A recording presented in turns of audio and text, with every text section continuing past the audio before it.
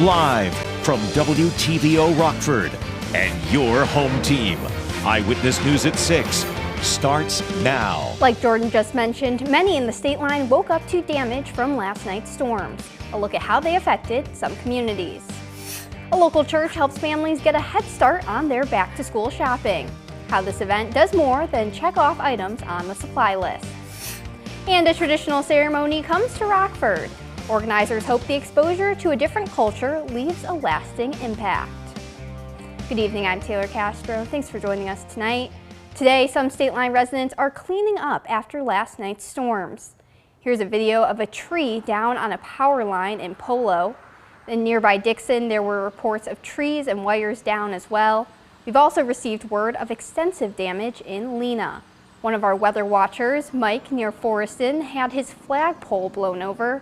There were reports of standing water in some Rockford roadways during the flash flood warning. In Clinton, Iowa, there was a confirmed tornado. That's just west of Whiteside County across the Mississippi River. Our weather team has been working hard to track these storms and the damage.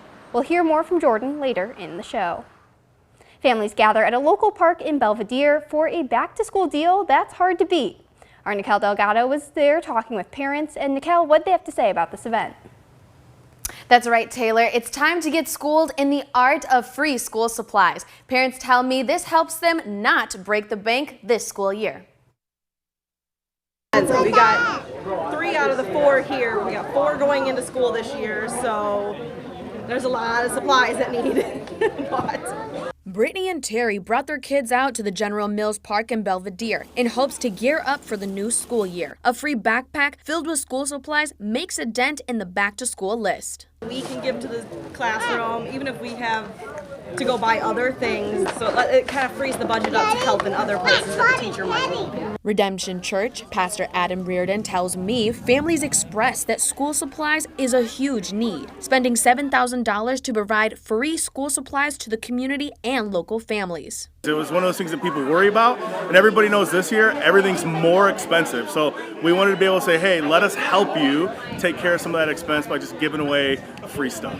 Pastor Adam says this started out 4 years ago, giving away 75 backpacks. Today, they are giving away 400 backpacks filled with back-to-school supplies. Spiral notebooks, just regular notebooks, pens, pencils, erasers, rulers, scissors, highlighters, colored pencils. I mean, these things are chock full of school supplies.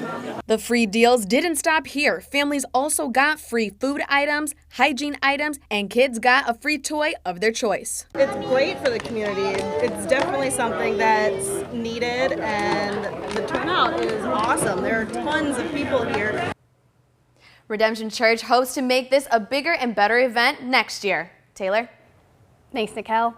The CDC says a growing number of people have become allergic to red meat since 2010 due to a syndrome triggered by tick bites.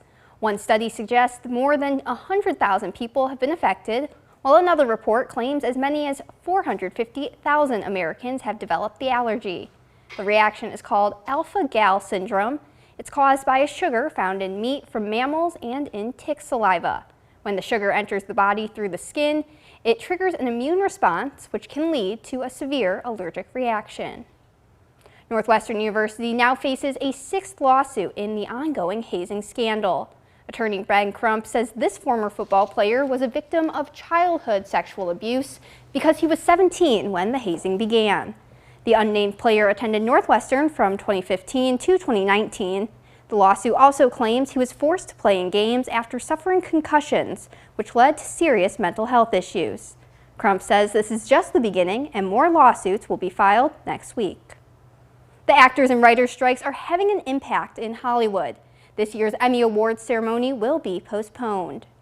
Fox was going to air the show on September 18th, but the producers say they don't want to broadcast a show with a mostly empty auditorium, so they're going to reschedule. They're still trying to figure out a new date. State line residents spend their afternoon celebrating Japanese cultural arts. The Japanese Summer Festival at Anderson Japanese Gardens honors the traditions. There were performances by drummers and dancers and martial arts demonstrations. The stations and activities expose participants to Japanese culture.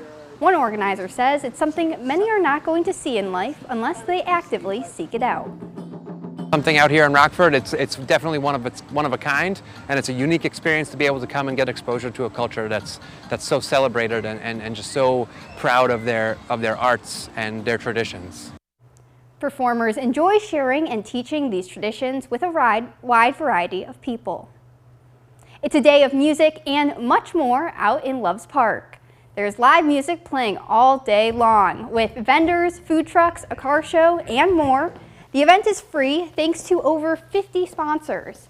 It's the second year for the family-friendly festival. We used to years ago have an event called the Young at Heart that was run by our local chamber. And it's been not run for maybe 5 or 6 years. So now last year after we started, my staff has done a great job. We have great people organizing this, running it. It's a lot of hard work for them, but they love it, and we're going to do it. We're just going to do it every year. The night will wrap up with a fireworks show. With no winner in Friday's Mega Millions drawing, the jackpot is now just over $1 billion. It's the 4th largest jackpot in Mega Millions history, and the 5th time that the grand prize has surpassed $1 billion. The odds of winning are about 1 in 302.6 million, but if you're the lucky winner and choose a cash payment, you'll take home about $527.9 million. The next drawing is Tuesday night. Multiple dogs are found in a truck dead from heat stroke. Coming up, why the driver isn't facing charges and how you can prevent this from happening to your furry friends. A much cooler and calmer evening here in the state line than what we had yesterday and last night. I'll let you know when eventually some storm chances return to our area and break down a recap of our last storm system coming up in just a few minutes. You're watching Eyewitness News, your home team, with Taylor Castro, Reagan Holgate, and meteorologist Jordan Wolf. The Alabama woman who confessed to lying about being kidnapped after spotting a child walking alone along the interstate turned herself in Friday. 25-year-old Carly Russell has been charged with false reporting to law enforcement and falsely reporting an incident. Each carries up to a year in prison. She disappeared July 13th after calling 911, claiming to have seen a toddler alone on the road. Police launched an intensive search for her. 2 days later, she returned home, telling police she'd been abducted and forced into a vehicle. Later, she admitted she'd made the whole thing up. Russell could face more charges, including paying for the cost of the 2-day-long search efforts. A sentencing hearing continued Friday for the teenager who opened fire inside a school in Michigan. Ethan Crumbly pleaded guilty to several charges after he killed 4 students and wounded 7 other people at Oxford High School in 2021. One of the school's students among those testifying in court. The teen recalled helping save a severely wounded girl after dragging her body into an empty classroom and applying pressure to stop the bleeding.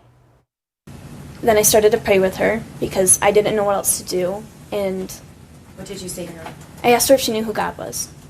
And she had said not really.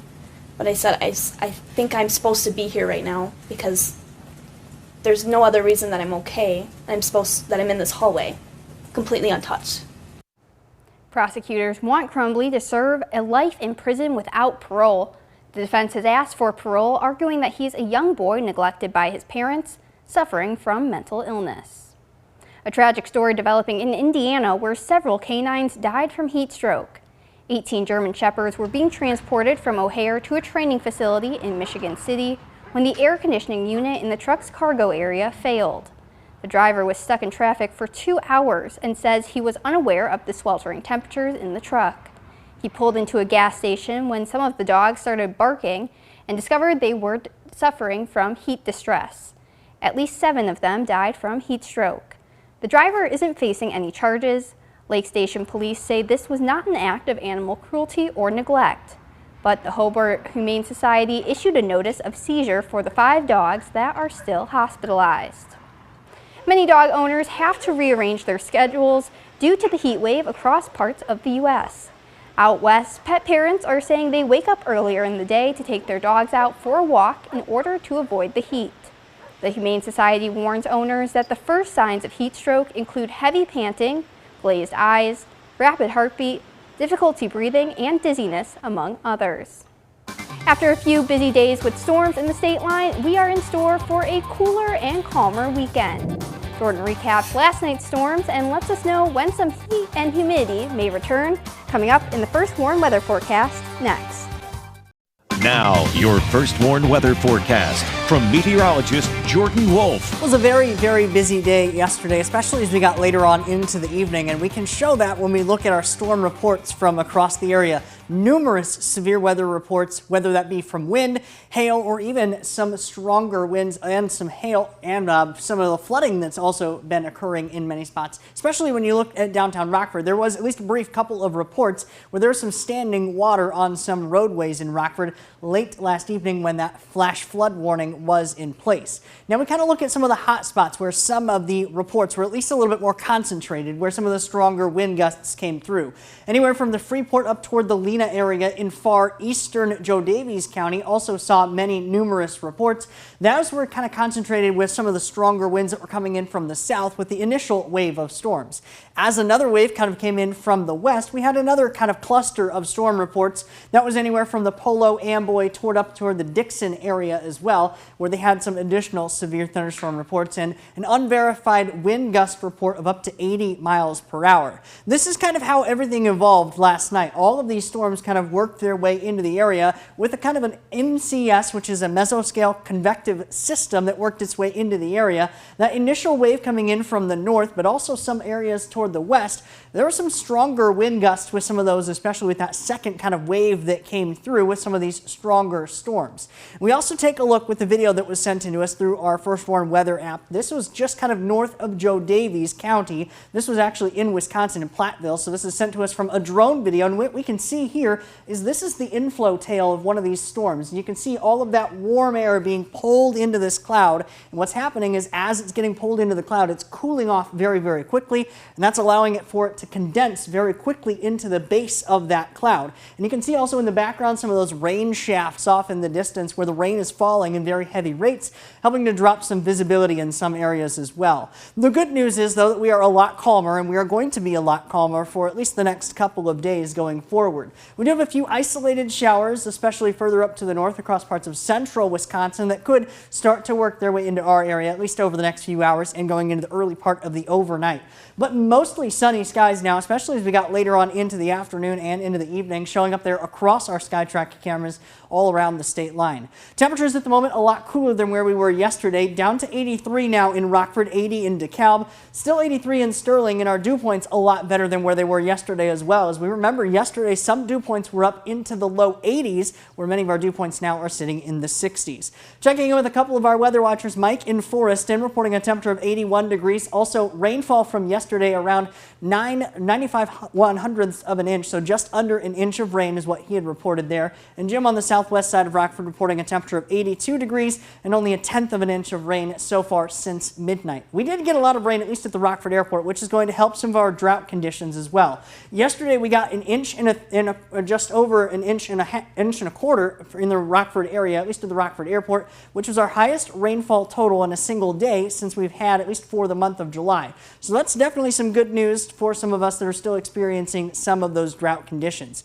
Overnight tonight, temperatures only falling back down into the low 60s, still that very isolated chance for a shower or two, and then we're back up into the low 80s once we get into tomorrow afternoon. And the cooler weather kind of sticking with us just a little bit longer as well. Lots of sunshine for the next couple of days, back up into the mid 80s by the time we get into Tuesday and going into Wednesday, before our next chances for rain and storms come in for the middle of the week. Thanks, Jordan. Reagan's in next with sports. Rockford's biggest local golf tournament of the year continued today. She'll have highlights from the second round of the Golf Classic after the break.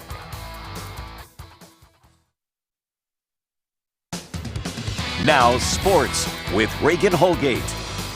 It's the biggest weekend of the year for our local golfers competing in the Greater Rockford Golf Classic. Play continued today at Sandy Hollow Golf Course. We'll start with the second round of the women's action. This is former Belvedere Buck Co Wahlberg with some great touch on this chip. That was on the second hole. She's tied for 11th place. Gabby Hammond of Naperville was in second place at the start of the day. She's now in third after shooting a 79.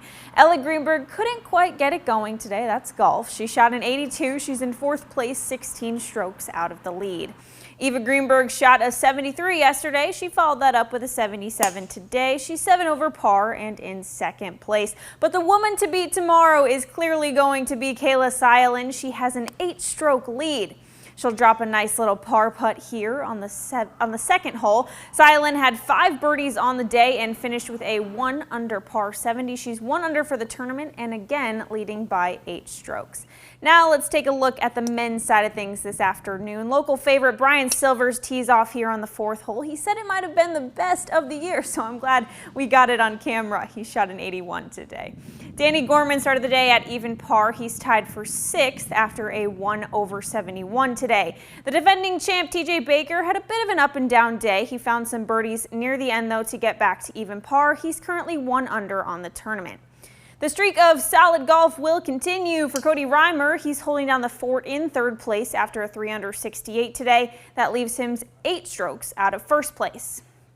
Lutheran junior golfer Jake Goosey was in 2nd place coming into round 2. He started slow with a few bogeys, but bounced back, making 5 birdies in the round like this one here on the 5th hole. He's still in 2nd at 8 under par, but slow and steady wins the race, right? The guy on top remains to be Robert Doffelmeyer. He carded 4 birdies today to shoot a 67. That leaves him 5 strokes ahead of the field at 13 under heading into the final round tomorrow. They will finish their final 18 holes at Aldine Golf Club. Now the Cubs are staying hot. That's thanks to one man last night, the Magic Mike Tauchman. He robbed Alec Burleson of this home run to finish off the 3-2 win in St. Louis. It goes all the way back to the track. I mean, that ball was out of the park if it weren't for Tauch. An insane grab, maybe the play of the year so far in 7th heaven for the Cubs, who keep on streaking and improve to 52-51, their first time over 500 since May. Now the Cubs are back at it with the Cards tonight for Game 3 of this series. That one is in a rain delay right now, though. The White Sox also with a nightcap on the south side against the Guardians. Still scoreless there to start the first. Now the first week of training camp is rolling along quite nicely for the Bears at Halas Hall. But get this, first-round draft pick Darnell Wright revealed he studied the wrong off-season conditioning test. Not the sharpest tool in the shed, at least not yet anyhow. He was training for the wide receiver workout instead of the O-lineman, but it actually helped him. He crushed the test and dropped 16 pounds of fat. Not too bad. The leaner Wright is ready to put on the pads as he continues adjusting to the NFL.